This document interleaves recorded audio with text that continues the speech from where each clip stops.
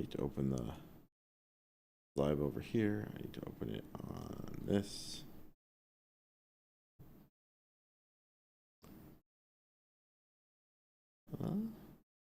Yep, we're live there, and we hit this button. Come out behind the blue curtain.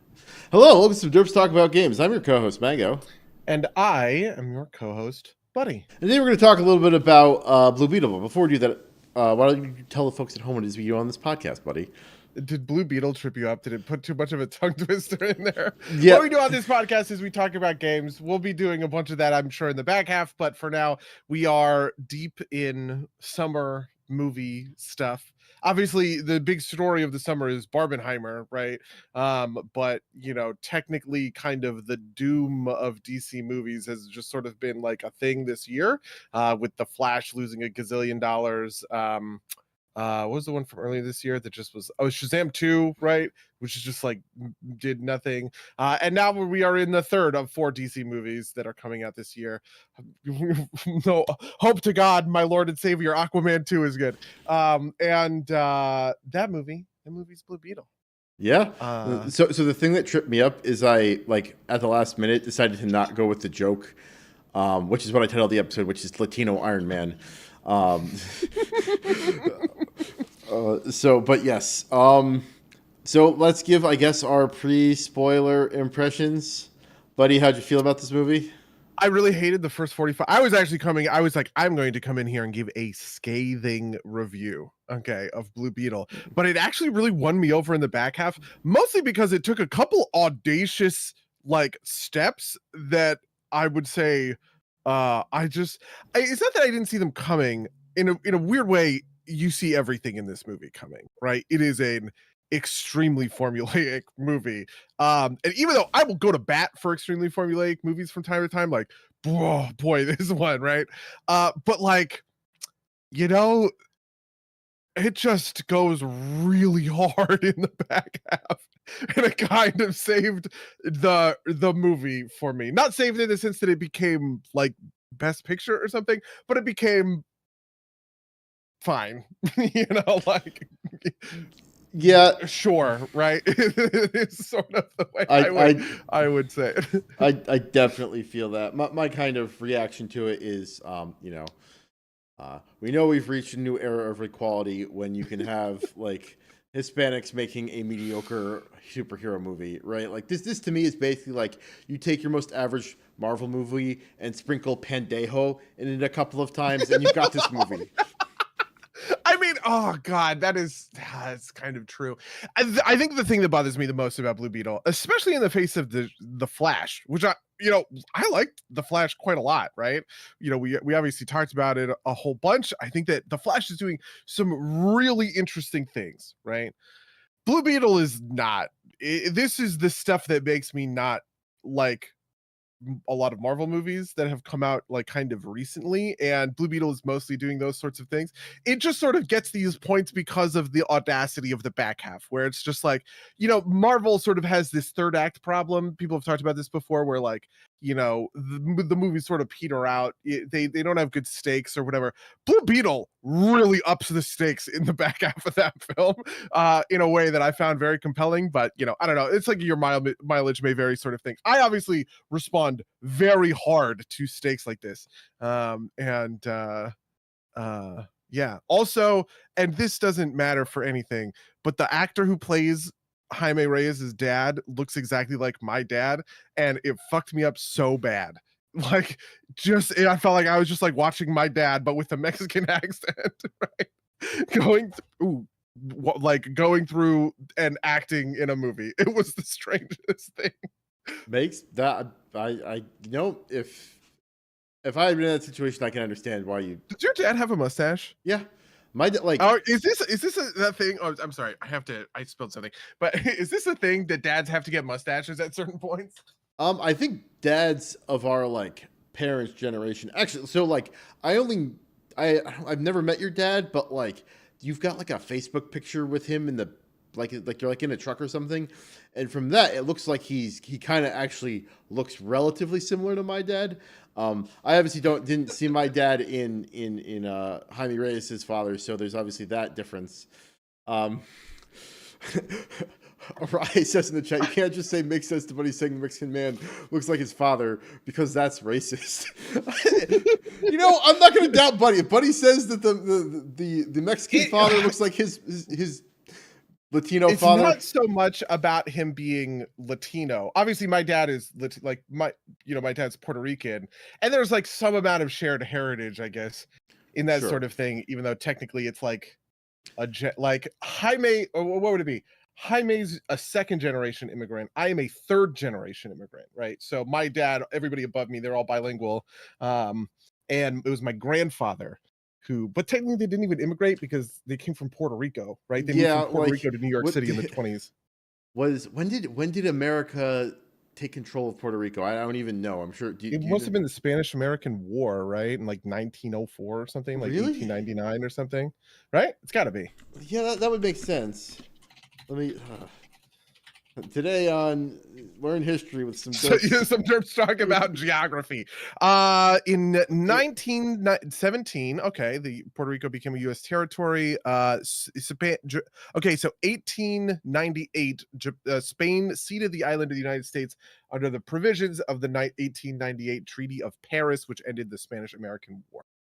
Okay, that makes sense. All right.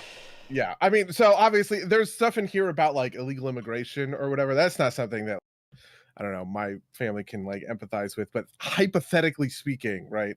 I don't know. So one of the weird things is I went to see this in South Central LA. The theater was packed and everybody was kind of going wild. Like, I feel like if your target audience was to find like urban Latinos near the south of the border, they probably did a really good job because like, and it's crazy to me how much everybody was laughing at George Lopez's character, Rudy. But I don't know, they just fucking, I don't know, they went wild for his shit. Yeah, I mean, like, I don't know. I am not a Latino American, so I cannot comment on this. But like, it feels like a lot of other media I have seen that kind like its portrayal is consistent with other media that portrays Latino Americans in such a way, and that's either racist or accurate, or both, I guess. So there's that, I guess. Like the telenovela thing, like that's like a stereotype, I guess. I don't know. I'm gonna stop talking. Yeah, before I get myself in trouble. the director is, I do know the director is Latino. He actually is Puerto Rican, which I didn't realize. But I knew that he directed Charm City Kings, which is, yeah, it's like it's a drama from Baltimore. Yeah, from Baltimore in 2020 or whatever. So I don't know. There's something there, I guess. Yeah.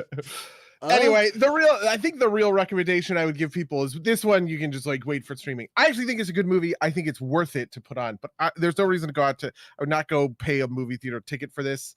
Like there's nothing about the big screen that makes it worth it, right? There's nothing about like the cultural moment that makes it worth it. So, in my opinion, I am a wait for it to get on HBO Max gamer. Yeah, I mean, I would also say that you can safely skip it. Like not that it's bad, right? Like it's not like you'll mind, but like if you miss it, it's not like you're missing like a cinematic masterpiece or anything, right? Like I feel this way about like a lot of the Marvel movies too, but like you won't regret not seeing this, but I also don't think you'll regret seeing it. But I agree with you. You can wait for streaming if you have to pay money to go see this. What was the other? Oh, you made a point about like kind of like originality or whatever, and like the thing that popped in my mind immediately. This isn't a spoiler because it was in the trailer. Is like the suit says I can make any weapon you can think of, and he's got two swords. He's like, that's what I wanted here, and he makes a bigger sword, right? Like as if like that's like the most creative thing he can come up with. So that just seemed kind of emblematic to me. Also, it is like a Buster sword. So like I heard some people saying that like this is like a nod to like it's like popular or like the popularity of kind of like anime in kind of the oh sure, yeah. The interesting thing is I was thinking that there's a lot of like subtle video game stuff, right? There's a lot of chiptune in the soundtrack and in the sound effects as related to kind of ancient technology from the fabled past of the 1980s. That I just like picked up on that. I feel like there's I don't know. I feel like there's a lot there, but yeah, okay. All Well, right. yeah. Well, let's hit the spoiler section. I don't think it Okay. matters so much if I also spoilers. don't think it matters. There's like zero anything to be spoilered on. Yeah, I mean, if you care, skip it. Like, there's maybe a little bit of stuff towards the end. I'm also probably going to be doing that thing where I ask you questions about like the history of the character. Sure. I'll say this before we get there because I think I've said this on the podcast before. But for a long time, I basically had confused the Tick and Blue Beetle. So in my mind, like I thought the Blue Beetle was like a comedy character. So there's that. But all that and more past spoiler section. If you would not like to be spoiled, hold your fire and don't watch this thing. All right, that's your warning. Arise in the chat. Mango went into this movie with the wrong expectations. No, I had figured it out by the time we had gotten to I had gotten to the theater, right? Because I had seen other stuff, but yeah. Anyway, buddy, explain to me the I've obviously seen a Blue Beetle in Young Justice, right? And that was also Jaime Reyes, right?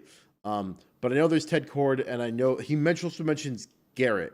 Dan Garrett. Yeah, this is so okay. So the story of a lot of DC superhero characters, right, is there's the Bronze Age, or I'm sorry, the Golden Age, the Silver Age, and the kind of Bronze Age, right?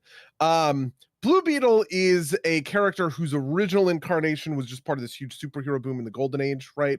Kind of alongside other, like I consider these guys the Justice Society of America characters, right? So the original Green Lantern who carves the lantern out of a magic meteorite, right, is kind of in this. The original Flash or the yellow weakness is the wood weakness. Okay. Yeah. Is that Green Lantern? There's the Flash with the tin hat, right? That's the original version of the Flash. His name is Jay Garrick, right? Dan Garrett is the Blue Beetle in this incarnation of the character, and sort of has this incarnation's backstory, which is that he is an archaeologist and he's like working in Egypt or something. He finds this ancient Egyptian scarab and it bonds to him, right? And it gives him his powers. In the movie, there were the three, there's three mannequins. Two of them have suits. One of the suits has red gloves and red trunks. That's Dan Garrett's Blue Beetle, right? Dan Garrett, I want to say dies. But essentially the Silver Age incarnation of Blue Beetle, right? So this is where most of the genesis of our modern superheroes come. Also for the record, Wonder Woman, Superman, and Batman are unique exceptions to this rule. Mostly what happened is the Golden Age characters went away. So you have the superhero frenzy in the 1940s, right? 1938 is Superman, 1939 is Batman, 1940 is Captain America, right? And there's this just frenzy of creating all of these characters. But in the 50s, superheroes kind of go by the wayside, and comics mostly revolve around horror stories, all this other sort of stuff. Eventually, it's complicated. The characters, the horror comics kind of get legislated out of existence. This is Comic Codes Authority stuff, right? Yeah, this is Comic Codes Authority stuff. There's also some stuff with there's a book that came out. I think it's like, God, it's a super famous book. What is it called? Seduction of the Innocent or something like that. Is this like the track chick stuff? Or the chick tracks? Chick tracks. What? That's like, this is like the Jesus comic stuff, right? Like chick tracks are. Let me see if I can figure this out. You keep talking, and I'll come up with an explanation because I might have just like the wrong. Okay. So yeah. Oh, okay. I'm right. So Seduction of the Innocent is a book that basically warns that comic books were bad for kids, right? Mostly in like really sort of dumb, won't somebody think of the children ways, right? So most superhero comics have a resurgence in the 1960s because their competition kind of gets banned out of existence, right? Through the 1950s, most superhero comics get discontinued, right? So you lose that original Flash, that original Green Lantern, that original run of like the original Aquaman, for instance, is a version of this, right? But then in the 60s, when they bring these characters back, they bring them back with the same name but a new backstory, right? So this is how you go from Green Lantern Alan Scott, who's a railroad worker who takes a meteor, carves it into a lantern, and becomes the Green Lantern. It has a weakness to wood. Then you get Hal Jordan, who's an intergalactic space cop. The ring comes down, it's on a dying alien. The ring goes to him, and he becomes intergalactic space cop Hal Jordan or Green Lantern with a weakness to yellow, right? It's the same name, two different versions of the characters, right? And they tend to be less mystical origins, right? And more like sciencey origins, or is honestly it tends to swap around, okay, right? So for instance, the Golden Age Aquaman is actually very sciencey Aquaman, which is that he's like Aquaman's dad. Aquaman's dad like does something. God, I can't even remember the like the lore here, but it's like Aquaman is a truly half human, half Atlantean kid, whereas Silver Age Aquaman, Arthur Curry, has the the backstory that which is an Atlantean and a human have a kid. She falls in love with a lighthouse keeper, right? That kid is Aquaman. He is sort of the lost king of Atlantis kind of thing. It's a very fantasy sort of that's fair. Origin story. But yes, in a certain sense, that is true. A lot of the times, things were very mystical. Taking a lot from Pulp Fiction or whatever. But we're in the atomic age now, right? So there's a lot of like, a lightning bolt hits a bunch of chemicals, and those chemicals hit Barry Allen, and Barry Allen gets super speed. That sort of So this just to kind of close the loop, because I confused different things. Chick tracks also come out right here. Chick tracks are basically like Jesus comics. They're like weirdly like anti-Catholic and anti-Mormon, and I think also anti-Jewish. But like, if you ever seen like the panel that's like for they hated him for he told the truth or whatever, I think that's a Chick track panel. That's pretty great. Blue Beetle's new incarnation is Ted Cord, and Blue Beetle's incarnation is basically just a carbon copy of Batman, but he eventually picks up a characterization that's a little bit different over years, right?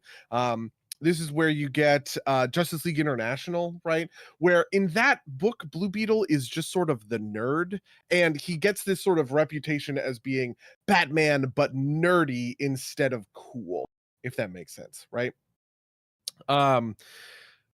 There's a lot of characters who are basically just Batman in this era. They have to find new ways to differentiate themselves.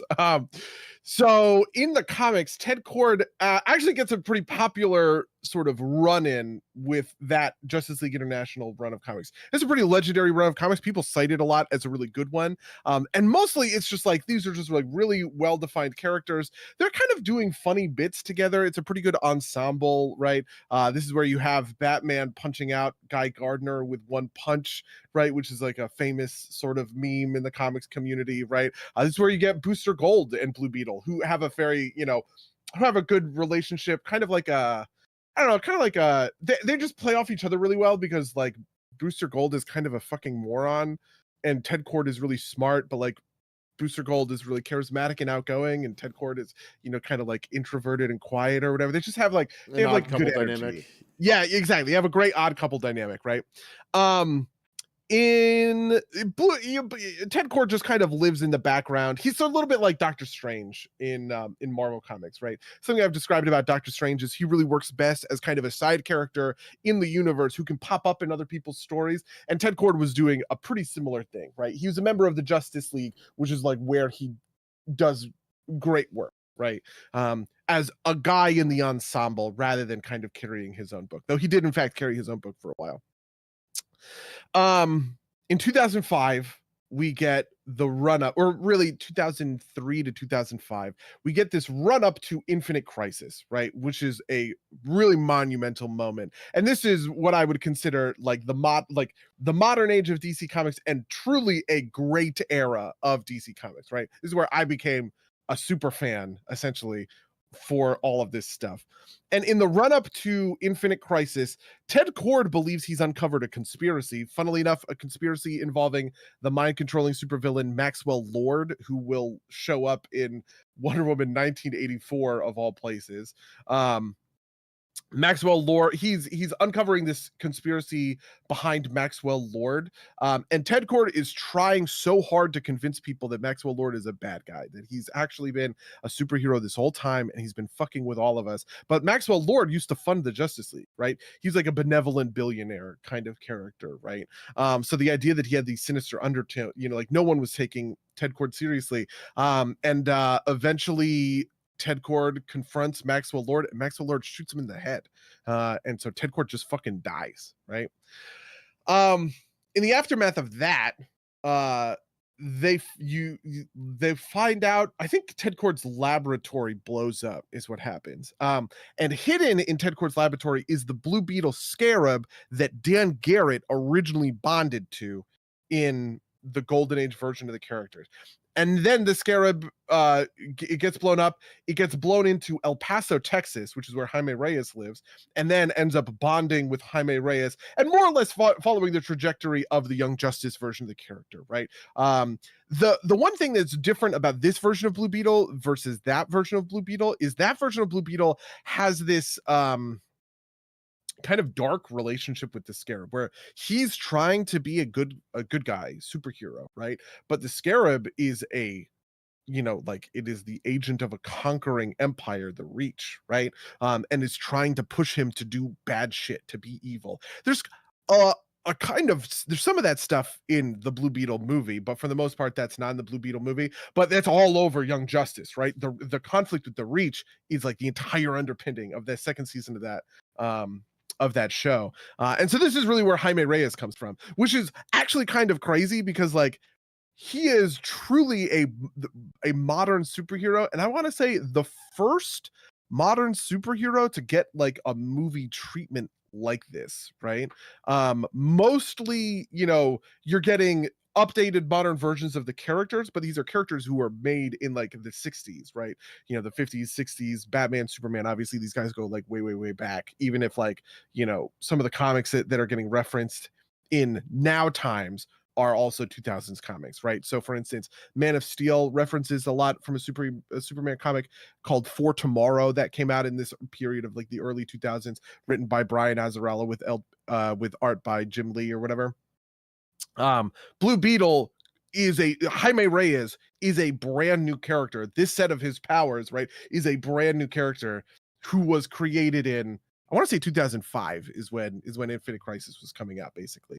And I think there was always sort of a push. This is a bit of a misnomer. People think now, like there's this like wokeification of this stuff. It's like, oh well, we have to have a like a black transgender superhero or whatever. But the reality is, this has been an ask that has been made of comic book creators and characters for a long time, right? The original John Stewart version of Green Lantern, Black Green Lantern, right? He comes out in, I want to say, the 1970s, and is also part of this sort of like, oh, we want to do modern takes on characters and we're adding these like minority characters or whatever. But I just think that nobody really touched or ended up touching kind of Latino characters or characters with this kind of, kind of like heritage and background until Jaime Reyes. And so he just became sort of the poster child of like, oh, you want to make the Latino superhero, you do Jaime Reyes Blue Beetle because that's who he is, right? So yeah, that's like a really long the really long version of the character history. No, that's interesting because I wonder how much like, so there's this thing that tends to happen where it's like a lot of Hispanic Americans, especially like fairer skinned ones, like by like the third generation in the States, no offense, you kind of fit this mold, like effectively lose a lot of the markers. Are you fucking white shaming me? I'm not white shaming. I'm not shaming you. It's just true, right? Like they like probably partly because like don't particularly look different, right? Like it's harder for an African American to like kind of whiteify because they don't look white. But like also there's so I assume that's got something to do with it, right? That like that pressure kind of like falls off with each generation. There's only been kind of like a big push for that recently with the increasing number of people in the country, right? Like that's just like, of course, obviously black people have been around for a while in the United Yeah, I States. also think that there's something to the quote unquote Latino experience that is like on a cultural narrative, right? That took or takes some time to sort of generate, right? Sure. Yeah. So for instance, when I think of like an Italian American, right? The Sopranos would actually reference this. Like the Italian American immigrant narrative is something that's like a powerful cultural force in the kinds of communities that you and I grew up in Right. central New Jersey, right? Sure. And I feel like it also took a certain amount of time for that version of like the Latino American immigrant story to crystallize, and it probably crystallized and Blue Beetle is sort of a cultural force in that direction, right? In the sense Yeah. that, this stuff with his family, this is the truest stuff to the Blue Beetle character, right? Which we kind of just missed entirely in the Young Justice stuff that I was talking about. All of the Blue Beetle side of that was pretty, comics accurate, but they don't do anything with like the family side of the character, because it's about him as a member of the team, and the Reach is the bad guy that the team is fighting. This movie is all about the family, right? And his relationship with his kind of immigrant dad. They're illegal immigrants, right? All of that stuff I feel like is part of the kind of overall Latino immigrant myth, if that makes sense. Myth makes it sound like, but narrative, right? Like the story that these immigrant families tell themselves about, their family history, basically. Which is probably why I guess it ends up resonating with Latino families in South Central Los Angeles who literally packed. I couldn't believe this. It was maybe 8 p.m. on Sunday on the movie's second weekend, and I was looking for like the latest showing at the movie theaters near me. I was like, show me these 10 p.m. showings, and every theater I was looking at, I was like, this thing is packed. Like 90% of the seats are filled or full, right? Which is just, I don't know. I just that was crazy to me. No, I maybe this is like a thing that is more true than I want it to be. My theater in New Hampshire on opening weekend, pretty dead.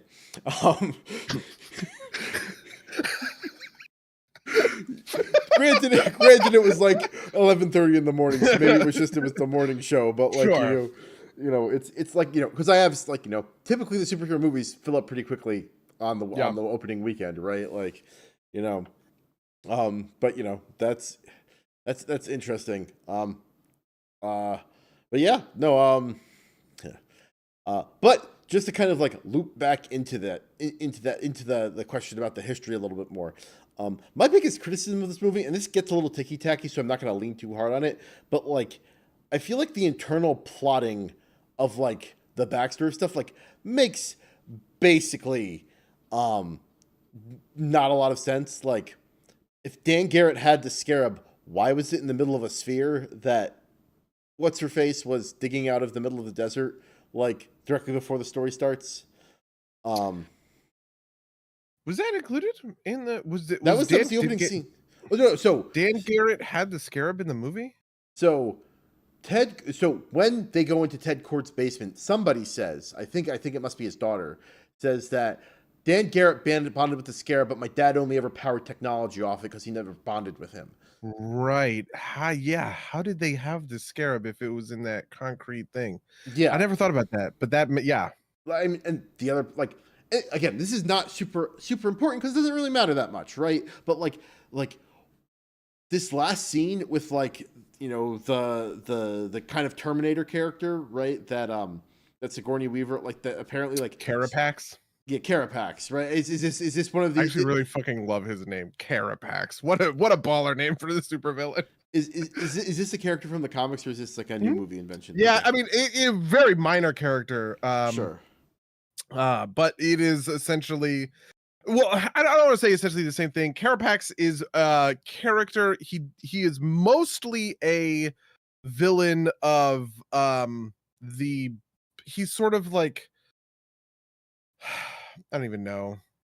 The former he's sort of like the Joker to like Ted Kord's Blue Beetle, right? Okay. Like his first big kind of named villain. It makes plenty of sense that they went for Carapax on this one. Um, and to my knowledge, I don't actually ever think Carapax even fought Jaime. Jaime Reyes. I haven't read all of those comics, right? I've read like the first 10 issues and then Keith Giffen handed off. And so, I kind of moved on or whatever. But I do vaguely know that Carapax is like basically, like a minor villain who's connected to Blue Beetle and does that stuff. So, yeah. Yeah, but the reason I brought him up was is that like we get like a flashback of his story, which I like. Maybe it makes sense, but I just didn't quite follow it. But it's like, you know, Sigourney Weaver like is like maybe running like a child soldier program and like takes him out of it, but then it also turns out that she killed his parents, but like he doesn't remember, or that just like was like a weird coincidence. Like I and like the and the scarab breathes this out of his memories and then plays it back to him so he can remember this, even though he didn't like what was your read on that scene? Because it was like I was just kind of like, what? This is, oh god, I don't know. This is sort of like my Oppenheimer thing where like nobody knows the history of the nuclear bomb in World War II, right? And so we're kind of drawing these moralistic conclusions without really thinking about it in like truly historiographical terms, right? Sure, You know, the argument there was the nuclear bombs are not a discrete thing. They are a part of a massive war effort. And if there is some Rubicon, right? If there's some atrocities Rubicon that is crossed, it got crossed probably before the war even started in the 1930s, right? sure, The whole world was submerged in total war, right? And the only reason you get that is if you have sort of a historian's eye view of sort of the war, which is not congruent with the popular cultural, let's say, view of what World War II sort of looks like, right? Or even sure. just history in general looks like. And the same sort of thing is happening. I had just happened to go deep on this because I found a historian on YouTube who made a 2-hour long video about the Iran Contra affair, right? Where he goes into excruciating detail about how sort of the Reagan administration was, dealing with right wing, left wing kind of turmoil in Central and South America during this time. And it just like it's like everything. When you look into it, it's just so much less, I don't know, like Nothing's ever. narrativized Yeah, than yeah, like the common conception, right? Because the common conception matches what happens in the movie, right? Where you have like gorillas in the jungle who are, who are like doing whatever and like rebelling against the government, and the United States is running bombing campaigns or whatever. Like that seemed to be the case. None of that it's it, I don't want to say none of that happened, but it didn't happen in that way. Absolutely not, right? sure. There's there, and so I was just caught up on that piece of the puzzle. I was just like, oh god, this is not how history works, you guys. It's not like there were not Congress passed a law. Oh god, it's like I'm so mad. Whatever, it doesn't matter. But like, so let's put the veracity, the fidelity of the fictional history to the real history to the side for a second, right? Sure, yeah, Interesting. absolutely. Interesting that you bring this up because I also just finished season 3 of The Boys, which has this in it too. Oh, yes, true. That also, yeah, that also references this. I mean, the part it doesn't matter. The thing that happens in the movie, right? In the world of the movie, is an American bomber plane drops bombs in. He's from Guatemala, right? Drops bombs in Guatemala. One of those bombs kills his mother, and he is adopted into an anti-communist guerrilla insurgency where he is sort of trained as a child soldier into this war, like into this war machine, which will eventually, he will eventually kind of get like recruited into Victoria Cord's shit, and he becomes and he will eventually become Carapax, right? Um Oh god, I just having to But explain that like does psychic damage but to me. so the part that like, you know, if he had just seen like cord arms on the bomb, right? Like the Maximov or the like Yeah. the Oh, twins. right. Yeah, where they saw Stark Industries Yeah, on the dud missile that didn't. right. Like Yeah. maybe if he suddenly remembers Can I that. just say I have to. But she's there. Sigourney Weaver is like there when his parents die, isn't she? Like, isn't that part of the flashback? Am I like, Well, she's with she. Well, so okay, that is part of the flashback. My reading of the flashback was she was with the fascists essentially, right? wait, but like, so the part the only way this makes sense to me, right, is like she is there and she just happens to be there, right? Like she happens to be part of this, and then he happens to like he gets pulled into this army and he just like forgets because there's a bunch of time in between when they bomb his parents and when she is the face that turns him into Carapax, right? Like, but like what it seems to imply is that like, she killed his parents, drafted him into this army, and then eventually turns him into Carapax, and he just forgets, right? Like so the only way it makes sense is if like there's a piece in the middle where like he they bomb his parents. He happens to join this child guerrilla, he happens to become a child soldier and like impressed by the anti-communist guerrillas, right? Like, and then she happens to take it over or happens to find his like broken body at some point, and like it's like, oh, here's a half dead Contra, I will turn him into a machine, and that's just a coincidence, right? Like maybe I'm missing a step here, but like it just like kind of doesn't make sense, and it doesn't matter so much, right? Like I'm not that mad about it, but Sure. like Yeah. the more I think about it, the less sense it makes to me, right? Like the aspects don't make sense is that like it's just like how he like apparently he just didn't remember any of it, right? Because he says now I remember, right? Like, Well, so I actually don't. That's not actually my read. Rising. I'm not mad about it. He said angry. True. Yeah. This So is that like is not my. Dumbledore That said is, calmly, right? my read on most of this, right, was it's not that he forgot, it's that he was convinced.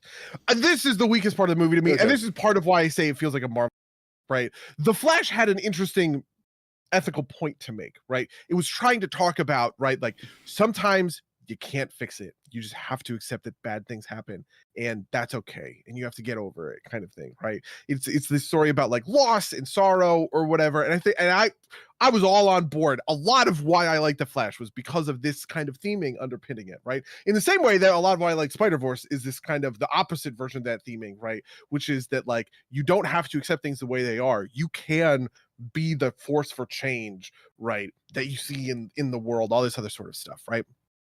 My thing with Blue Beetle is doing like first grade book report theming, right? Which is family good. Okay. Like our favorite movie series. Yeah, exactly, right? Well, actually, I wouldn't even say it is like our favorite movie series because like not that I want to pretend the family subtext of Fast and Furious is like really smart, but it's going for a different vein of this, right? That one is about found family, right? And having this kind of undying loyalty to the important people in your, in your life, and kind of the strength that their diversity kind of adds to you and yours, right? This is a very true version of family, which is like your mom and sisters and grandma and dad, right? And I think that Carapax was essentially making the argument you need to toss that shit aside, right? Family doesn't matter. The only thing that matters is getting cool robot parts, I guess. And Well, he, because he steps on a landmine, he gets blown up, but he gets these cool robot parts, but they fuck him up and he sucks at them and it hurts him or whatever. And he's just like in the sunk cost fallacy, right? And it is Jaime at the very end of the movie who kind of shows him, you know what, buddy, you really should have just thought about your family the whole time. And Carapax was like, why didn't I think about my family? And then he decides to, kill Victoria because she's a huge piece of shit. Okay. Is that accurate? Maybe I buy that. No, and like, you know, I get it, right? Like there's been a lot of like what I will roughly call like anti-stoic movies, right? Like it's not that cool. Raw but parts are great. It's that like, you know, your emotional investment is stopping you from achieving your full potential, right? And like the if you consider I'm sorry. Rachel in the chat goes, "Have you considered Get Cool Robot Parts?" That's actually really funny. That's a really good joke. Socrates, you know, walking into the, you know, the Parthenon about to argue philosophy with Aristotle and Plato or whatever. Have you considered Get Cool Robot Parts? Yeah. It's like instead of the Stoics, we get the, you know, the transhumanists, right? Yeah. But in ancient Greek. Oh God, holy fuck. Oh, that's really funny. This is kind of what I mean by, you know, like book report. Like, I actually was probably more actually. Yeah, I was more into Carapax as a character when he was just a fucking bad guy. One of the things I actually liked about this movie, Victoria Court is just a huge dick for no fucking reason. And the story doesn't give her a tragic backstory. It doesn't do the Thanos thing or like the Magneto thing where it gives her like a point, even if she's taking it too far. It's like, no, she's just like a fucking greedy corporate bitch. Yeah. And she's mad about it and like is just like the worst person. In fact, they kind of give her like an anti, like, back, like, it's, you know, it's like, and they gave it to Ted, right? And like I was like, that's kind of sexist. And then she's like, well, turns out his dad was right. Exactly. Oh God, I that was probably one of the things that props up Blue Beetle a little for me. I feel like a lot of these movies have just been missing characters like this for a long time. You know, this is like the sort of Thanos problem that we've been, you know, I've mentioned kind of before or whatever. Carapax getting kind of a last second tragic backstory is, I almost feel like it ruins the character. I just sort of like that he's this crazy corporate fucking goon and he just says shit like, your family is weak. Why does this matter to him? It doesn't, you don't know until the very end of the movie, I guess, but yeah. No, I mean, I think there is, I don't know, not just to like bring it back to kind of like the, you know, Latino Iron Man type of thing, right? Like there is a kind of a theme of like shared Latino heritage, I guess is the easiest way to put it, right? That like that taps into, right? We also get this when he's like, you know, when the guy that Victoria's racist to, like Sanchez, who's like, he's got like a long name that I don't remember, right? He's just like, Sanchez, stop him, right? And he's like, now I will stand up for myself, right? Like, you know, it's kind of like, you know, that's kind of like one of the, and I guess that's like what they were trying to tap into is like, you know, Carapax is also Latino, and so he's a good guy. Yeah, like he's also being exploited by, you know, white woman Karen, the supervillain, I guess. Like, yeah, even, you know, even Jenny Cord gets to be Brazilian. You know, I was like, is Ted Cord like fucking Brazilian models in this universe? Because damn, he is getting it in apparently. You know. Actually, no, I'm sorry. I'm taking that too far. This is a really great. This is a really great piece of backstory that I do want to talk about. That I don't know if they are going for. But there is a character in that run of comics whose name is Fire, right?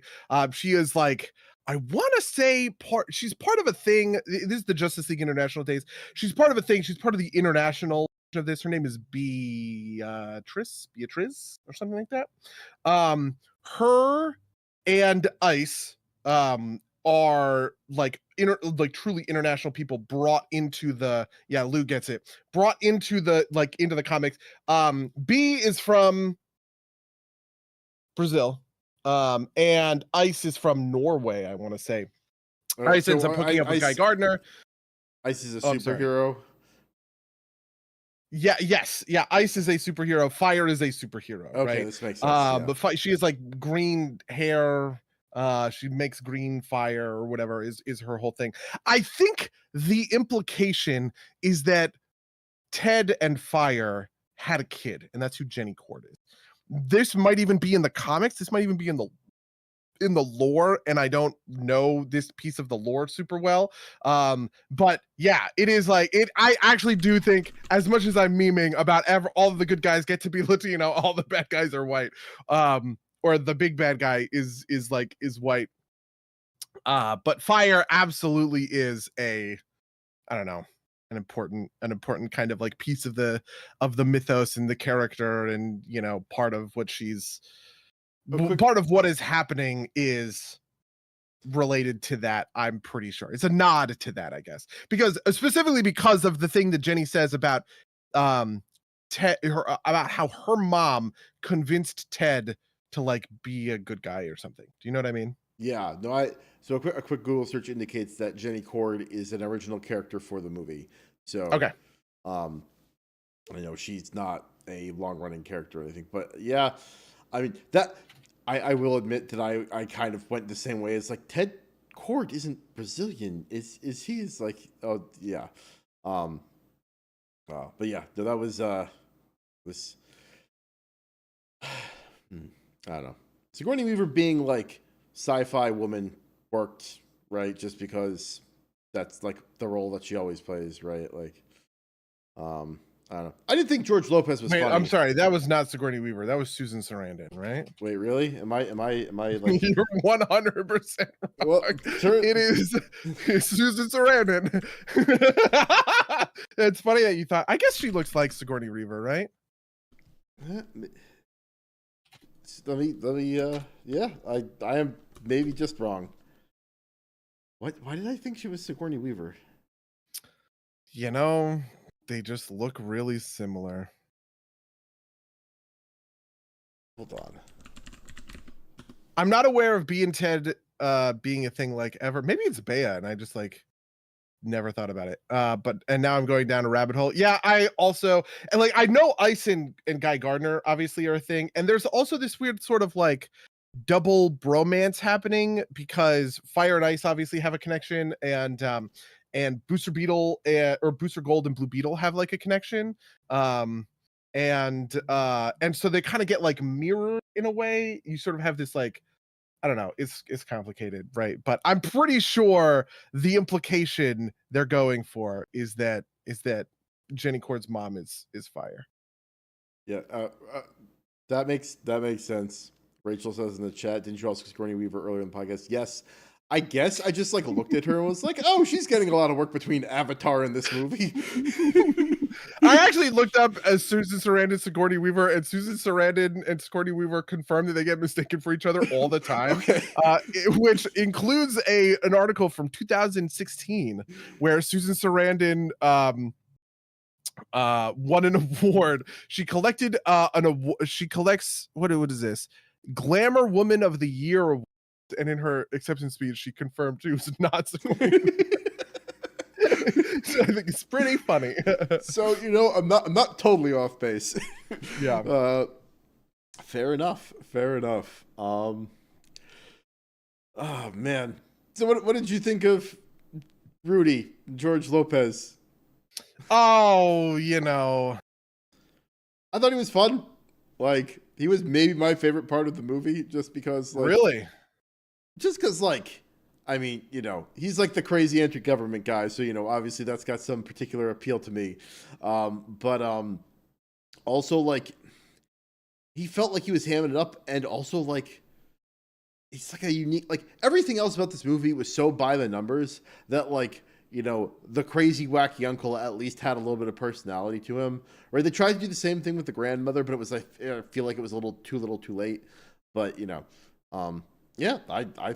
he was personally my favorite part of the movie. But okay, my favorite part of the movie, and this is part, it was Alberto was Jaime Reyes' dad. He just gives it's like the most sincere like tragic performance, and then they killed him. That was the thing that got me. I couldn't believe it. And this is kind of the turning point of when I really turned on. I actually quite liked the fight. This is the other thing, is that I thought the action was actually pretty good in this one. Blue Beetle and Omac or Carapax, have a fight where they're sort of doing the early villain sort of fight thing. And at first I was kind of like, this is going to suck. Blue Beetle is so much more powerful than this guy. But that actually kind of ended up being the point. And Carapax also kicked his ass, which I was like, damn, that's actually kind of cool. And this was sort of like a stakes raising moment for me, right? It's sort of I don't know. It's like when Ocean Master beats Aquaman early in that movie, right? It's just like, it's the moment in the movie where the hero isn't doing as great as you think they are, kind of thing. We've also been like through 50 minutes of just kind of like rote superhero bullshit that I was just like, God, like give me something new and better. And what I was expecting to happen was Blue Beetle was gonna like beat Carapax's ass because his gear looked really jank or whatever, which was part of the point, obviously. Right. And I was like, oh, this is going to set up Carapax for later. He's going to get this crazy upgrade. He's going to go super hard. All of that happened, but it just also included Carapax like beating Blue Beetle half to death, right? And needing his family to bail him out, which was all I'm on board for, right? But then they do the thing where his dad dies, and I was like, holy fuck, they killed the dad. That is intense. Like that, you expect in a superhero movie for the parent to die early on, right? Uncle Ben dies. That's like act 1 stuff, Sure. basically, right? Or like, Bruce Wayne's parents die, right? Like that's act 1 stuff, kind of thing. To have him die kind of at the end of act 2 and really like set up this sort of like uh really brutal back half of the movie. This is part of what turned it around. And a lot of that was just rode on the fact that I just like, I don't know. First of all, he looks like my dad, but second of all, I just really connected to that guy and his like sincerity. And like when other people were talking about family, it was like, okay, I'm watching like a triple A, or not a triple A game, like a blockbuster Hollywood movie studio, right? Kind of like pander to this or whatever. But like that guy was talking about family, and I was like, he fucking believes it. Yeah, buddy gotta unpack that one in therapy later. Listen, you know. Um, and then when they go and they're doing the thing with the robot that they get out of Ted Cord's thing, like all that stuff, I was just like, yes, I'm on board for this sort of thing. In a way that I wasn't with other movies that kind of introduced this sort of element like later on. Like I would say Shazam is a good example of, right, where the final piece of that movie has the power getting spread to all the other kids, right? But that moment is like cool in sort of like a spectacle sense or whatever, but it doesn't really feel like super earned in a way. This is a movie where I felt like this was more earned, right? For the family to help him out, because they were helping him out the entire Yeah. time, right? He was with them the entire time. It's not like he was taking a break from his family to go do superhero shit. His family was intimately involved in the superhero shit all the way there, and had kind of demonstrated, competence, I guess I would say, in sort of like being part of the superheroics, in that, yeah. Yeah. No, that makes sense. Yeah. No, I definitely feel that. I also thought it was they did kind of like like his dad dying breaks his sister in a way, because like she's like the too cool for school character up until that happens, and it really kind of like like put some dimension to the characters. Like it's also when like basically the rest of the cast kind of gets like good big kind of like humanizing moments, and they kind of like get a third dimension when they've kind of been flat up until that point. So I agree with you on that.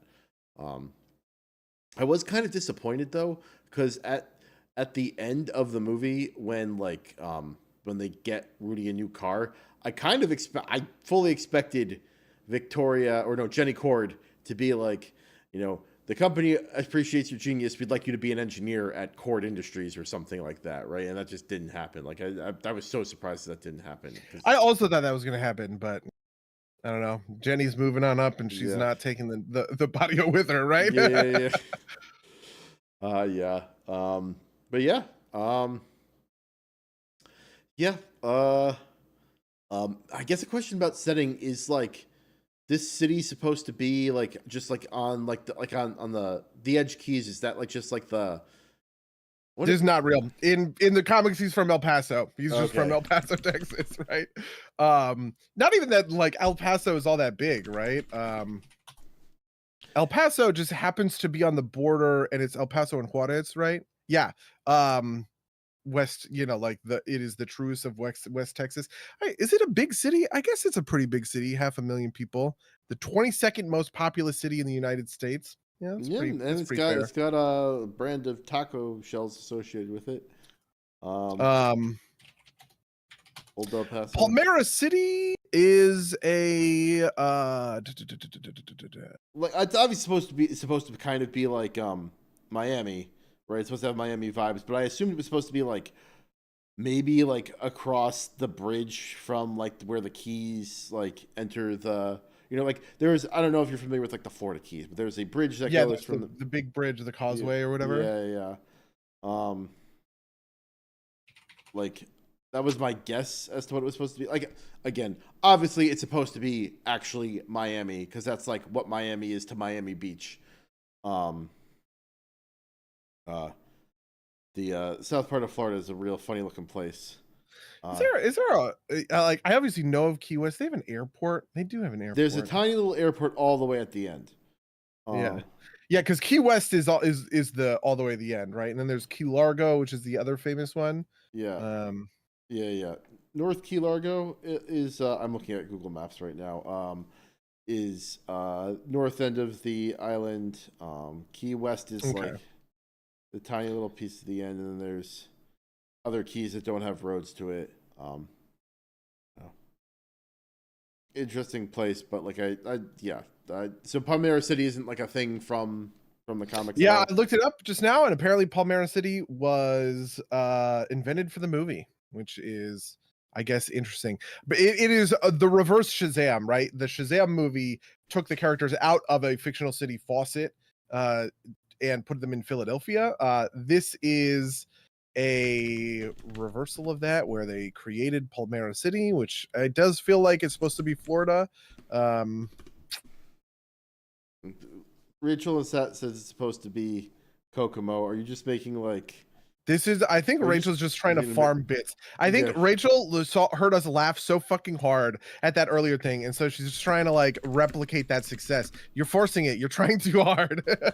Yeah, it's a Beach Boys riff. Is Kokomo even like a real place? Kokomo is not a real place, right? Isn't that real? Isn't that a Utopian island off the coast of Florida, off the Florida Keys? So yeah, you know what? That is actually so that is a decent joke. Okay, you know what? That is a decent joke. I take it back. You're still slinging fire. Yep. Oh man, I'm just imagining like, is he? No, he's dead, isn't he? Right. I'm just imagining Ted Cord being played by Brian Wilson as like a joke. No, it's he's still alive. Never mind. Brian Wilson is he still alive? Yeah. He's the Beach Boys, funnily enough, were founded in Hawthorne, where I live. Really? There is a monument, and also there is a really old pizzeria that says the Beach Boys used to play here. There's another guy from the Beach Boys though who's a huge dick that everybody hates. Is there? I know Brian Wilson. Brian Wilson, yeah, is like considered like is like the genius, right? But there's like it's just another guy who the Beach Boys. This is fine. Yeah, no, when I I got introduced to kind of this by the Bare Naked Ladies song Brian Wilson. It's like kind of like it's like, it's funny to me that like the Beach Boys I always assume were just kind of like some like airhead pop thing, right? That like it's like I guess there's a lot here that people care about. Oh man. Yeah, Mike Love is his name. Was another Mike Love is the guy. Everybody says that the good stuff of the Beach Boys is Brian Wilson. And Brian Wilson was trying to like make real music, right? And that Mike Love was just like, I just want to catch a page. Like Mike Love is sort of like but he's also apparently like a dick, right? He's kind of like Ringo. It's kind of like if like Brian Wilson is like John Lennon, and Mike Love is like Ringo, but like also if Ringo was like a huge piece of shit. Like maybe Pete Best. Who's Pete Best? Pete Best was the original Beatles drummer.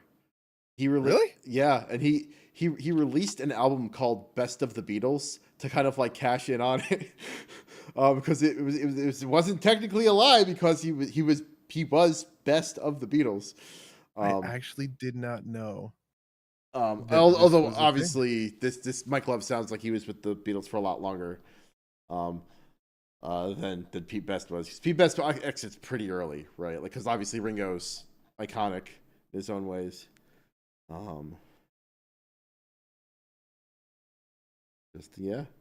Mike Love's been there the whole. I'm looking at my favorite part of Wikipedia pages about bands is like the timeline at the bottom that shows like which members came and left when.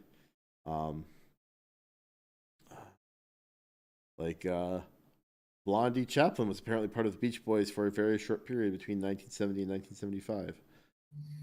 Also, Ricky Fittar. Fun things you can do if you're bored at home. Look at Wikipedia pages for bands. Yeah, so now we're at an hour, and I guess we're done talking about. There's honestly just like not a ton to talk. Yeah, I mean, we spent most of this talking about the Blue Beetle. Yeah, the one thing I do want to mention is that the action is cool. The final fight scene with Carapax is sweet. I really loved it. There's a bunch of stuff that is uniquely Blue Beetle, like the staples. I had no idea if they were going to do the staple gun, right? But he uses the staple gun in a couple of spots, including his final beatdown of Carapax, where he kicks Carapax's ass and then staples him to the ground. So you can just like wail on him or whatever. And I was just like, this is sweet. This is the kind of stuff that I'm here for. So that was fun, I guess, or whatever. But really it's just sort of like the anime, fight scene of it, where it's just like getting two people with superpowers to clash in unique and compelling ways is just a good time, right? In their first fight, there's this whole thing with a car that's great. In their second fight, they're obviously in this like, I don't know, like Cuban 17th century like Spanish fort sort of thing. So there's just like interesting stuff to like blast one another through. And just all of that was great, and I loved it. And I kind of feel like it's been a while since I've said this about a superhero movie. I feel like a lot of superhero movies have just had not good action for, I don't know. Yeah, I agree. On the other hand, thought it was dumb when the beetle farted, but Oh yes, I also thought that was dumb. I liked the Beatles scene basically up until that moment. Yeah, no, I would agree. Yeah. They could have just not called it a fart, and I think I would have loved it. They would have been perfect. 10 out of 10. Like it's my one note. Yeah, well, that was Blue Beetle. It was all right. Okay, well, tell me about your week. Obviously, we've been playing a lot of Baldur's Gate. Is Baldur's Gate like the highlight of 2 weeks, or? Yeah, so I'll shelf that for a second I assume we'll finish out the podcast with it. Okay, sure. Things to highlight. I dipped briefly into Armored Core 6, just because I wanted to. I played like the first level. I was like, this is neat. I'll get to it after I'm done with Baldur's Gate. And so I put it back on the shelf, but it is a neat game. I finished The Boys, which was... Because you like season 3. I had heard that they did Huey dirty, and I thought they actually handled him pretty all right. Right? Like, I get, what was the criticism I heard online was like they turned Huey into something, like I heard the word incel thrown around, and it's like, he's just kind of like, it's like, I think it's a relatively reasonable thing for him to be like, I don't like feeling weak, right? The Temp V thing I thought was a little contrived, just because like at what point do they not just take regular V, right? Like, sorry, spoilers for The Boys. If you're planning on watching. Yeah, there's some stuff I guess I would say we should probably do a Boys episode, maybe like before season 4 or whatever. I do like The Boys, but I've always sort of said no thoughts, head empty kind of thing. But the third season actually tries a little bit, which I was okay with. It's doing it's kind of brewing, but there's some stuff bubbling there, which I thought was pretty neat. But yeah, I don't know. I thought they did Huey dirty, but in a completely different in sort of okay, maybe a good example would be Arrested Development. You've watched Arrested Development? First 2 seasons, a long Did time you? ago. You never watched the Netflix season? No. Okay, so the Netflix season, people famously hate it, and it is bad. But the thing with Arrested Development, in my opinion, is that it loses sight of the core premise, right? This is the kind of thing that'll sometimes happen with like sitcoms or whatever. In Arrested Development, Michael plays, or Jason Bateman plays Michael, and Michael is the straight man surrounded by the kooky family, right? Everybody else are doing bits, they're doing jokes, they're kooky, they're weird. Michael is just a normal guy, and he still gets punchlines, but he gets punchlines like, well, I don't know what I was expecting when he opens up the thing, dead dove, dead dove, do not open. Then he opens it and he just kind of like recoils a little bit. It's like, he is not kooky, he is normal, but he's making the punchline out of being normal surrounded by kooky, essentially, right? The unfortunate thing about Arrested Development is that in the Netflix season, they made Michael kooky, which sucked. When Michael is a normal guy surrounded by the funny, it works. When he is when he gets submerged in funny, the whole thing is rudderless and you lose it, and the magic of Arrested Development is gone. The same thing I felt like happened in The Boys with Huey's optimism and altruism. Huey kind of needs to be the Boy Scout Superman in the room because everybody else is depraved and fucked up, right? I think the thing that makes The Boys kind of work is that push-pull, right? And that push-pull is definitely there in season 3. I'm not saying it's bad or whatever. But Huey dips into darkness in the season in a way that I felt kind of ruined it. And for the time in which he was so willing to be evil, or not evil, but just like morally compromised, it sort of just ruined like that's kind of, I don't know. I kind of thought it pulled itself together in the end. I think it's doing some interesting stuff. We'll see where it goes, kind of thing. Yeah. Oh, The Boys also has an issue with stakes that bugs me, which is that it constantly throws out things that are important and then just dismisses them with a line later on. And I understand why it's doing that, because you kind of can't keep holding the gun to someone's head without firing it, or without them, like breaking the gun, I guess, in this metaphor or whatever. But in a show that works entirely off of like the logic of pessimistic, cynical blackmail as the only way to convince someone to do what you want, it disposes with that blackmail really effortlessly in a way that really bothers me on a narrative level. I don't know. Maybe that's our Boys podcast. Those are my thoughts about The Boys. That makes sense. I would say, like, in a much more general sense, my girlfriend and I both thought that like season 3 had like less cringy moments, right? Like I think the last time we talked about this, I said that like I could tell which parts were written new and which parts were old because they were either edgy bullshit from this year or edgy bullshit from like 2008, right? Yeah, like, sure. And it felt like there were a lot less of those moments, but I also felt the kind of overall plot was less strong. Although, like, so I think I agree with you that it's got some interesting things happening. But we'll see where it goes. Yeah, I also just might be like ideologically poisoned against The Boys at this point. It's just kind of like doing a thing that I don't have a lot of patience for. Part of this is the same thing, right? With like the Nicaragua, stuff in like Blue Beetle or whatever. They have a very similar sort of, like, again, the reason I'm not even gonna go into this. The reason I read Contra is a thing is because Congress passed laws that said that we couldn't interfere with Central America, right? And there were not anyway, whatever. It's fine. I'm not gonna get into it. I'm not gonna let this bother me. Yeah, no, I I'm mean, gonna let it go. I think ultimately it's trying to do a poorer version of like, and if we had Dr. Manhattan, we just would have fucking owned in Vietnam, right? Like, which was, I think, a much more considered version of this. Yeah, But yeah, it just that's fair. It just yeah, I mean, if you ignore the history and just treat it as a mechanism for which Soldier Boy gets kidnapped because everybody fucking hates him, right? Like, that's I think that's fine. But yeah, I did love Soldier Boy. I think Jensen Ackles is his name.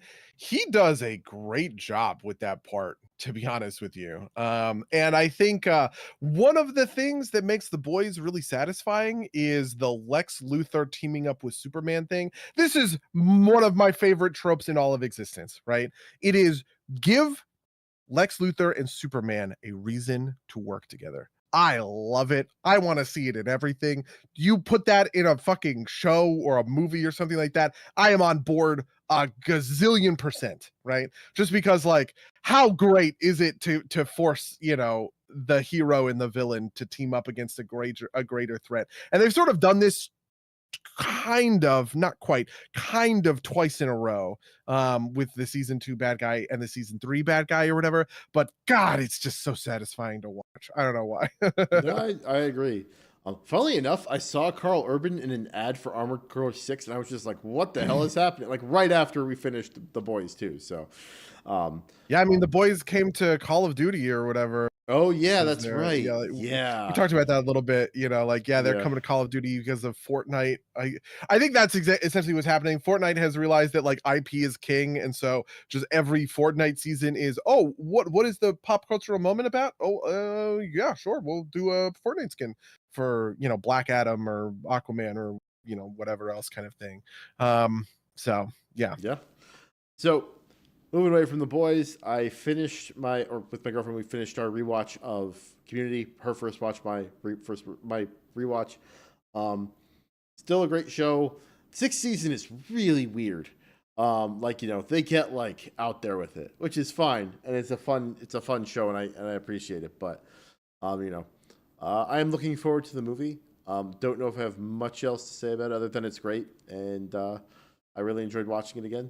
And then the other show I want to talk about, which I know Lou in the audience has seen, my girlfriend has got me watching Outlander, which may be the schlockiest show I have ever seen.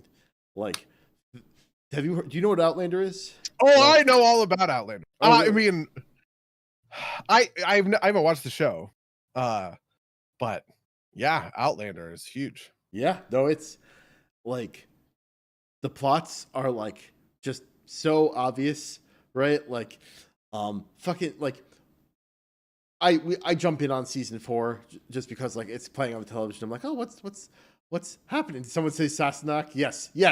What's Sassenach? That is what JAY-MEE calls his wife, who is the main character, who I can't remember the proper name for. The mom. Because the 4th season are mostly in my mind about Bree and Roger, which is what I've been watching. Bree and Roger so the people at home who don't know, the show is about a woman who like manages clips into the back rooms. Yeah, basically clips into the back rooms, which are Scotland in the past.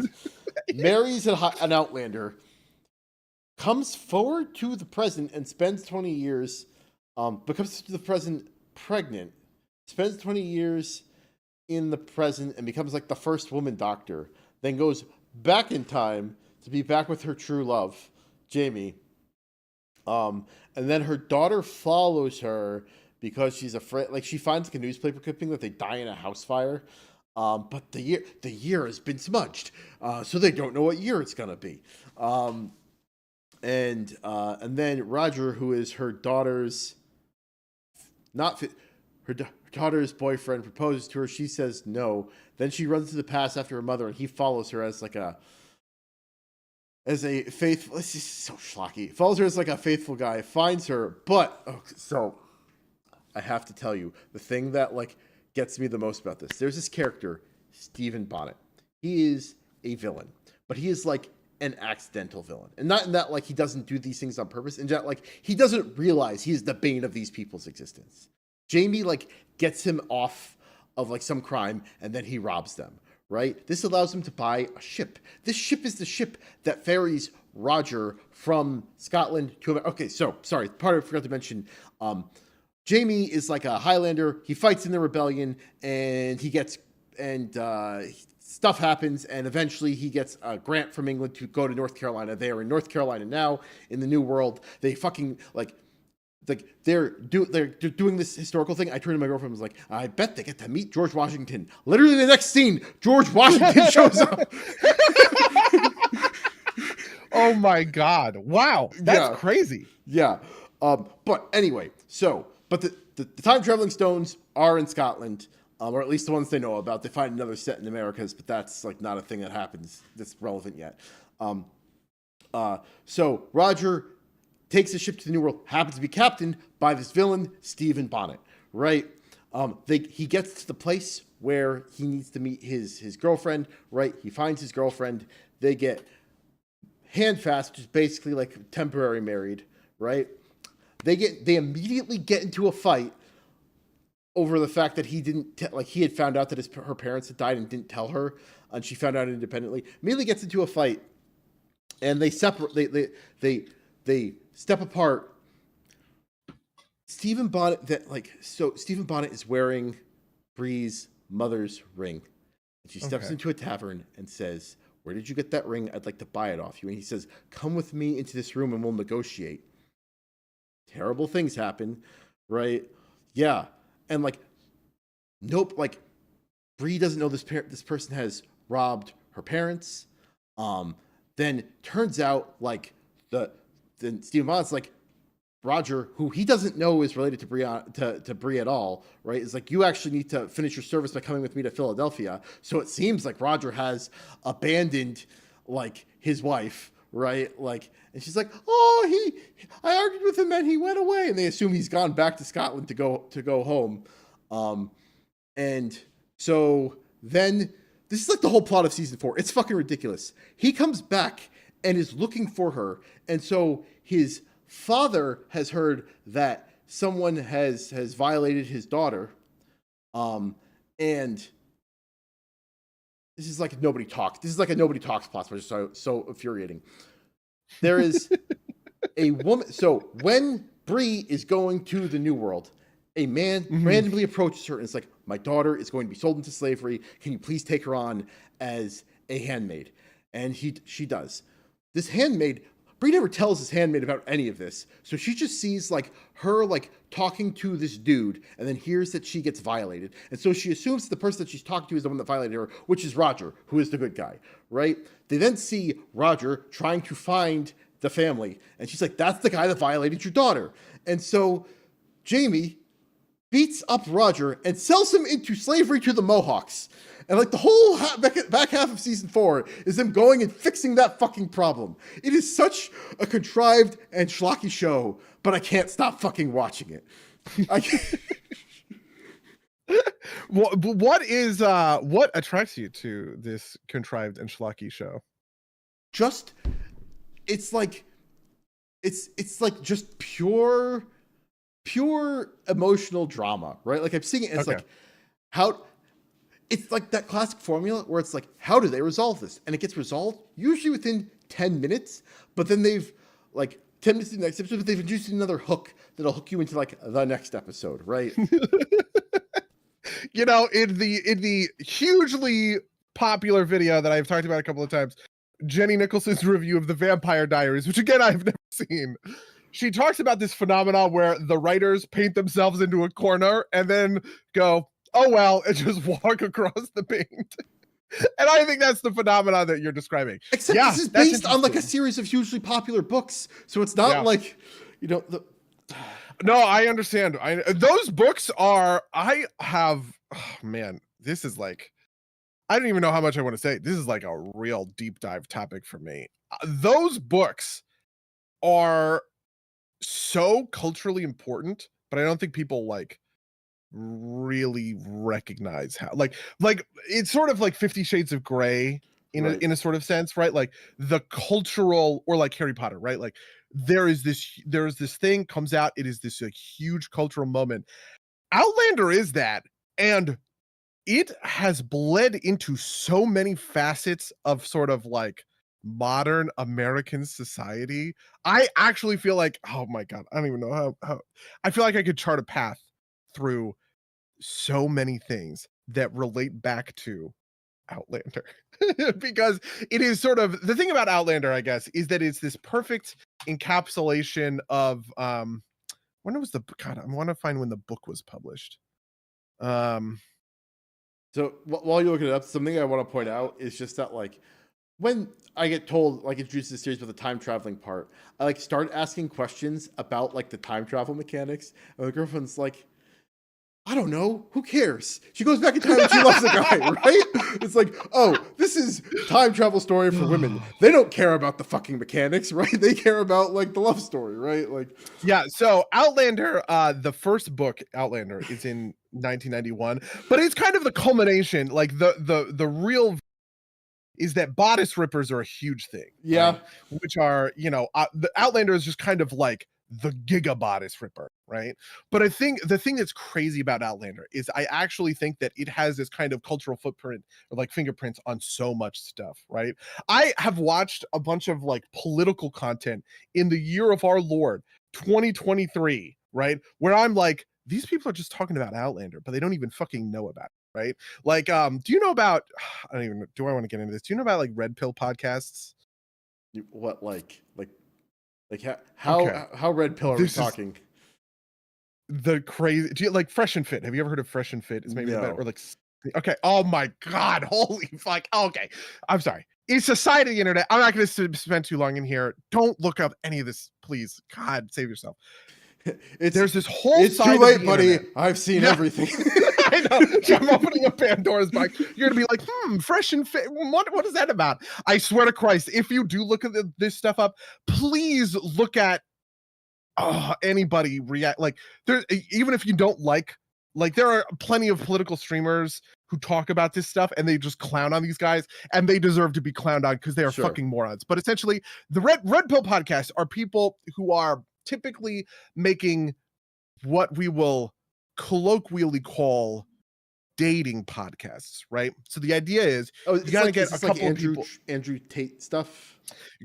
related. Yes, Okay. absolutely.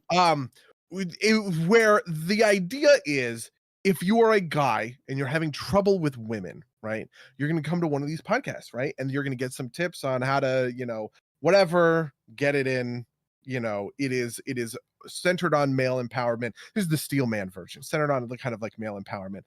Really, what it is, though, is a delusional ideology, like a delusional worldview ideology, both at the same time, that basically is talking about the most insane version of like masculinity and femininity you could possibly imagine, right?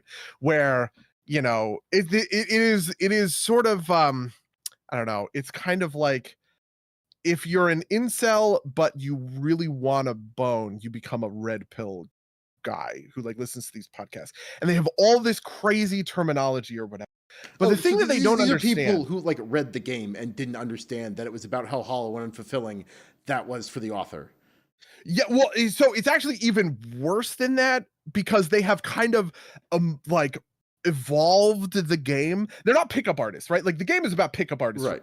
And crazy as it is, pickup artistry, it makes more sense and is a more legitimate worldview than what the red pill sells. The red pill sells an ideology that says men naturally want to have multiple romantic relationships, right? So there's this fixation. I can't believe I'm explaining this. There's this fixation on one-sided open relationships where you have multiple girlfriends, right? But they are all exclusive to you, right? And there's also all of this stuff about the kinds of relationships that you're in, which I'm not going to get super into, but just like incredibly insane shit about like what kinds of interactions you're essentially allowed to have with other men and other women, right? If you've ever heard the term body count, it comes from this side of the internet. Body count being a euphemism for the number Number of of people persons, you the slept people. with. Yeah. Right. The idea is that you are your goal as in the red pill is to become a high value man, because high value men operate on a different level of society than low value men. What are some examples of high value men? You might think Jeff Bezos, who just, married no, not Jeff Bezos. No.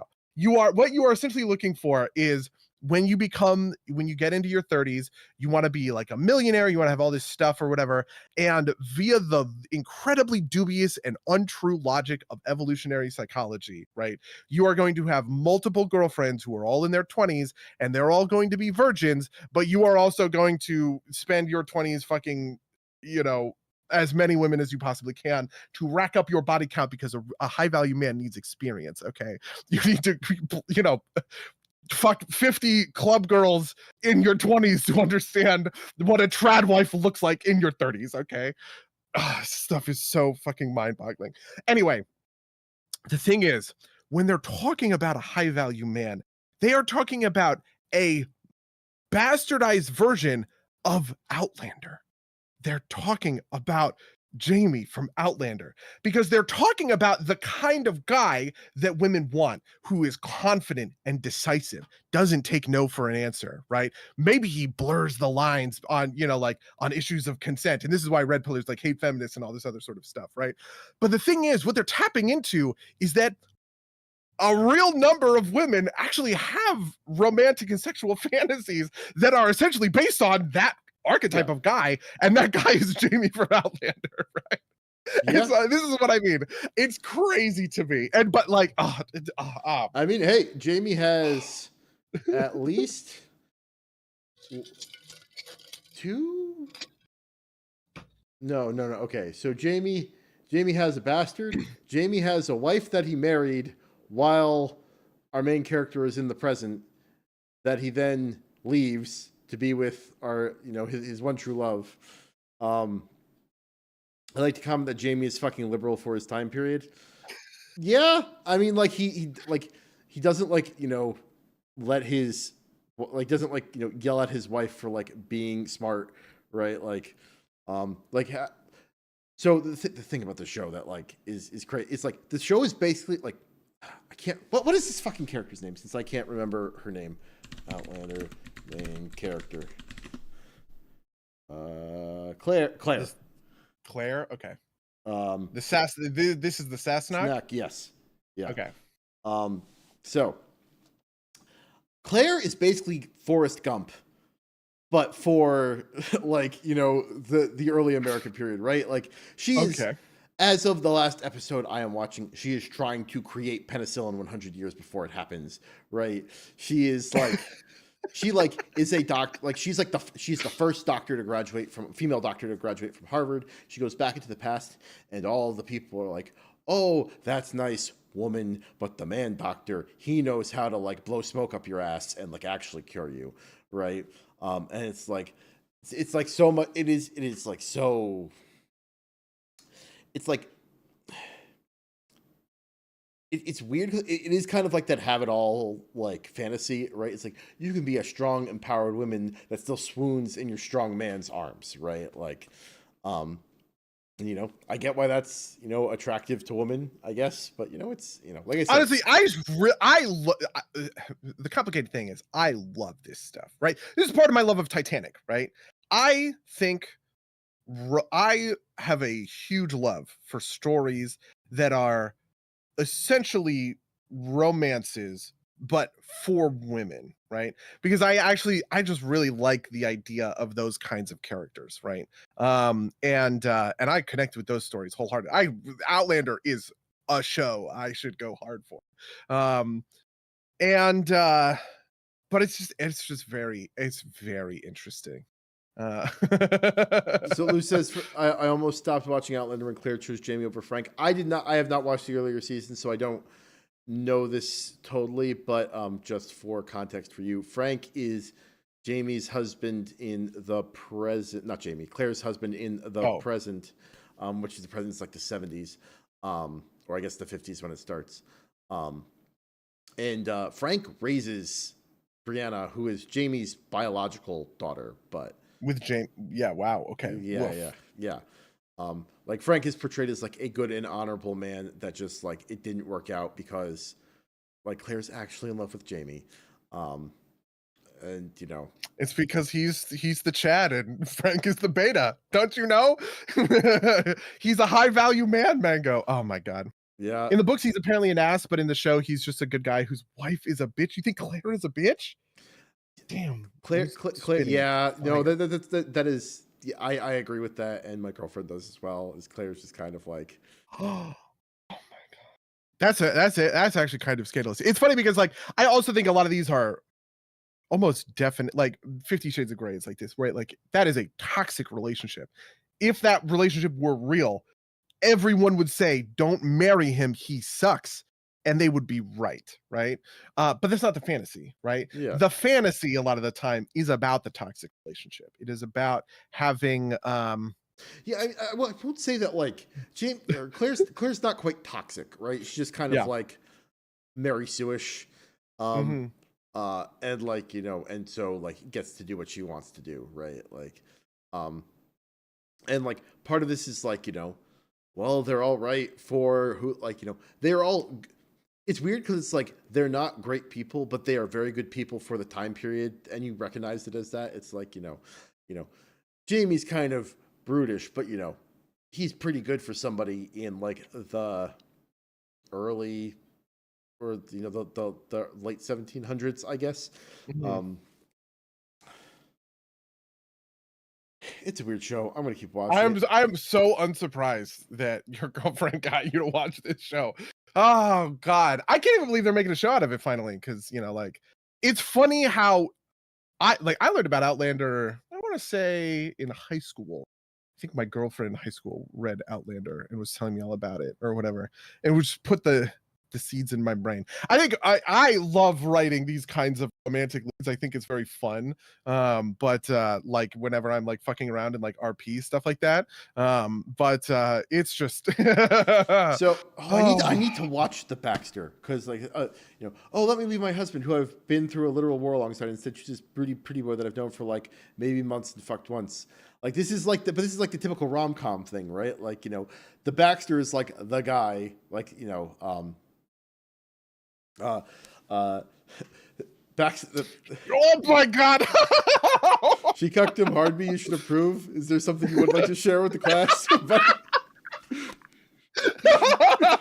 That's too real. Maybe one day we'll do. You know what we should do? We should do some derps after dark, and maybe I'll talk about this. Okay. That'll be our next April Fool's episode. That'll be our next April Fool's episode. Oh my god, that's actually really funny. Mango, help me convince Buddy to write a romance novel. Rachel has been trying to convince me to write a romance novel for a long time. I actually theoretically wrote a romance novel last year with somebody, and I actually lost access to it. I don't have access to it. I wrote 160,000 words with somebody else over a 6-month period, and I was just like, God damn, that's a lot. Yeah. All right. Well, do you want to talk about Baldur's Gate, or do you just want to punch out? I want to leave. Well, I want to leave on a good note. We don't have to talk about my frustrations with Baldur's Gate and its piddly level cap for bitches. You know, for just losers. Level 12. What is wrong with you, Baldur's Gate? Honestly, I was so for all of Saturday, we played Baldur's Gate. I was super into it. I was like, fuck yeah, let's go. We're like doing all these like quests or whatever. Sunday, I was just like really not feeling it. And part of it is that it was just other stuff like work stuff, but part of it was just like, God, it sucks not like knowing that you're like at the cap, that you're at like the apex or whatever. But I don't know, we'll see where it goes. I was about to say like, man, Baldur's Gate's gonna be like game of the year or whatever, but this really lets the wind out of the sails. We'll see if Starfield can dethrone the Bethesda classic. Skyrim. Yeah. How far into like you hit cap? Are you in Act 3 at least, or are you okay? So I'm it's in Act 3. We finished Act 2, which to be fair, I was surprised that was Act 2. I don't really quite understand the difference between the acts, to be honest. yeah. I mean, they're only kind of roughly delineated, right? Like I think I told you that I finished Act 1, which I guess I was kind of wrong about because like I finished the thing that tells you to go to Act 2, but then like getting to Act 2 has been like another like 15 hours because I didn't do the Underdark first. Um, yeah. Yeah. And then you can keep going back to Act 1 regions. This was the thing that happened to us. We didn't realize we thought it was an either or, but you can just kind of do both when you're moving from Act 1 to Act 2 essentially. And we were like, "Oh, well, I guess we'll just go back and do the first thing." Right? Which is essentially what happened. Yeah, I have some issues with on like a story level, but it is very like D&D, and it's very D&D in like a high nothing, even Kingmaker and um Wrath. like other kind of, yeah, like these CRPGs, which are true adventure paths, don't quite feel like a D&D game in the way that this does. And I think really what it comes down to is like the use of iconic monsters, right? um that it's a story so centered on illithid and mind flayers, right? That it is getting to use stuff like uh like beholders or displacer beasts, all that stuff that's like in the D&D IP that Pathfinder doesn't theoretically have access to, is actually pretty great and pretty neat, and I'm having a lot of fun with that. um I'm learning D&D mechanics. Yeah, it has mostly just made me want to play D&D. We're actually spooling up another D&D campaign. Uh, Honestly, a lot of this is just fueled by my undying need to play more like D&D after having played this Baldur's Gate stuff. I have since learned. Do you know about? I can't remember what it's called. It's like something like the Bilgewater stuff. Do you know about that? Legends of Runeterra, something Bilgewater. It is a D&D partnered companion piece that is League of Legends lore. And they include some archetypes like subclasses for characters that are just literally, there's the renegade, which is a fighter archetype that gets a gun and it's just graves. And there is the wild card, which is a Twisted which is a Fate. rogue archetype, yeah, that's twisted fate. You're throwing cards, you're using a deck of cards as a weapon. You can make them razor sharp and you can throw them and they do damage or whatever. But the crazy thing that you would probably go apeshit for is there is a barbarian type, I think called Path of the Deep, right? Which the lore is you're like a sailor who's drowned, but you were you were drowned in the depths of the ocean, but you washed ashore and you were resuscitated, kind of thing. But like your brush with like the deep darkness has given you crazy shit or whatever. And so when you rage, you have this like special manifestation of like the deeps, that is like it's like a tentacle. But they also talk about like you could get a weapon. It's just like, oh, you get a weapon that's an anchor, right? It's like, oh, what are they doing here, right? And you get special actions to pull people in with like your thing, so you could literally just become Nautilus and start Nautilus hooking people in D&D or whatever. And I was like, that's cool. That's Yeah. neat. No, that does sound neat. Yeah. I didn't even get to talk about fucking. I did like like historical miniatures wargaming with like real people the other day, which was like super fun. Um, Like at a shop, or kind what's the of. So context? like I went to this con back in March, and one of the guys who played was like, "Oh yeah, we have like a club that plays every once in a while." You were just like, "Sure," and so they invited me to play. This club is apparently older than I am, and they just play like historical miniatures games. It's great. Um, I played a That sounds honestly so fucking cool and fun. Yeah, I played this game called Clash of Spears, which is like Romans versus Carthaginians, and just like moving people around on the table, rolling dice, getting kills, right? Like it was super fun. And it's like it's obviously there's like not real like the story is like this is a battle in this war, right? Like go fight, this battle, right? Like, so it's not like story heavy, but it's like a fun thing to do. So yeah, and I will say that I think part of the issue with like I the more I playing a couple of adventure paths with people in real life, and I think I just don't like adventure paths. I think they're way too constrained. Um, like you put in a lot of effort when we played. Oh, Hell's Rebels. Yeah, to make it like a lot more flexible, but like just kind of running them as they're written is just kind of like, well, whatever. It's like it's like the crunchy part is still fun, but it's like not like my favorite. I feel you. Yeah. Especially No, like that's the one of dungeon the crawl that's one. ones. Oh, yeah, I get that. Yeah, I get that. It's funny because so last week I actually played a D&D one shot, which was very where I was basically the most I told her it was like the most concentrated version of myself playing D&D, right? I was playing a warlock. I was playing Gondor actually. I was playing a warlock. I rewrote we were using pre-generated characters, but I just knew the spell list, so I crossed out stuff. And he was a warlock. He's Path of the Chain warlock or whatever. But all of his stuff was related to smoke because Gondor smokes a pipe or whatever. So he had Misty Step, but like the flavor of Misty Step is that the smoke billows out of his pipe and he hoofs, right? Yeah. Or gaseous form or whatever. There were 3 rounds of combat. On the first round of combat, I used the pull, the Eldritch Blast that pulls guys to pull 2 guys, like 2 it was like red caps in a castle. I was like pulling the red caps off of the castle while they fell a bunch right into melee with like our guys or whatever. In the second turn, someone had webbed the opening of the gate of the castle open. There's a bunch of red caps. The red cap king is riding a pig, and his pig is ensnared, but the king is not, right? And so it rolled around in my turn. I asked the DM, I was like, how elastic is this web? And he's like, it's pretty elastic. And I was like, okay. I shoot 2 Eldritch Blasts at the pig, right? The first one pulls, the second one pushes, right?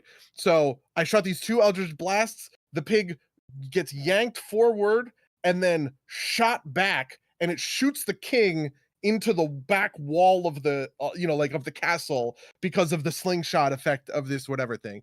And then the third round of combat I technically wasn't there for, but the king's crown was cursed, right? So somebody went forward, they picked up the crown cast a curse, they rolled a nat 1, so they're cursed, right? And so he puts on the crown and he's like, I'm gonna be the new king in the castle, and you're all going to be my subjects or whatever.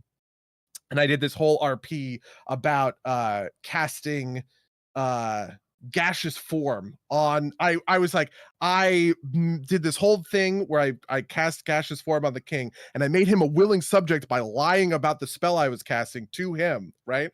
But I disincluded the crown in the gaseous form, so he poofs out and the cursed crown clinks to the ground or whatever. I was just like, this is what I'm playing D&D for, right? It is doing crazy out of the box bullshit like this, right? So yeah, I understand the aversion to adventure paths. I think I honestly probably agree to you. I feel like if your adventure path can't support some like real crazy nonsense, it's like this isn't worth your time. Yeah, what's the point? Yeah. I mean, I don't know. Like this one I'm playing is called Abomination Vaults. It's basically a straight dungeon crawl, and it's fine for what it is, but like it's not my favorite. Yeah. But yeah, we're over time. You should wrap it up, probably, right? Yeah, probably. I can't believe we went long on the blue. Yeah. Look at us go. Well, if you'd like to email us about anything we talked about in this podcast, reach us out to derpsgames@gmail.com or podcast at derpsgames.com. Follow us twitch.tv/derpsgames or youtube.com/@derpsgames where these go out live. I think that's rate, review us on iTunes wherever you find podcasts. We've got all the links down in the descriptions. I think that's everything I have. Buddy, you have anything else you're looking to promote? I do have a big announcement on Thursday, on August 31st, related to Estrella, for those of you who follow my work at Akupara, because Estrella has been, I don't know, I've loved this game. I was talking about getting an Estrella tattoo last week. And there's big news. There's big Estrella news on the 31st. So tune in. Check it out. Will do. Awesome. All right. Well, with that, I'm going to say until next time, dear listeners. Until next time, loyal listeners.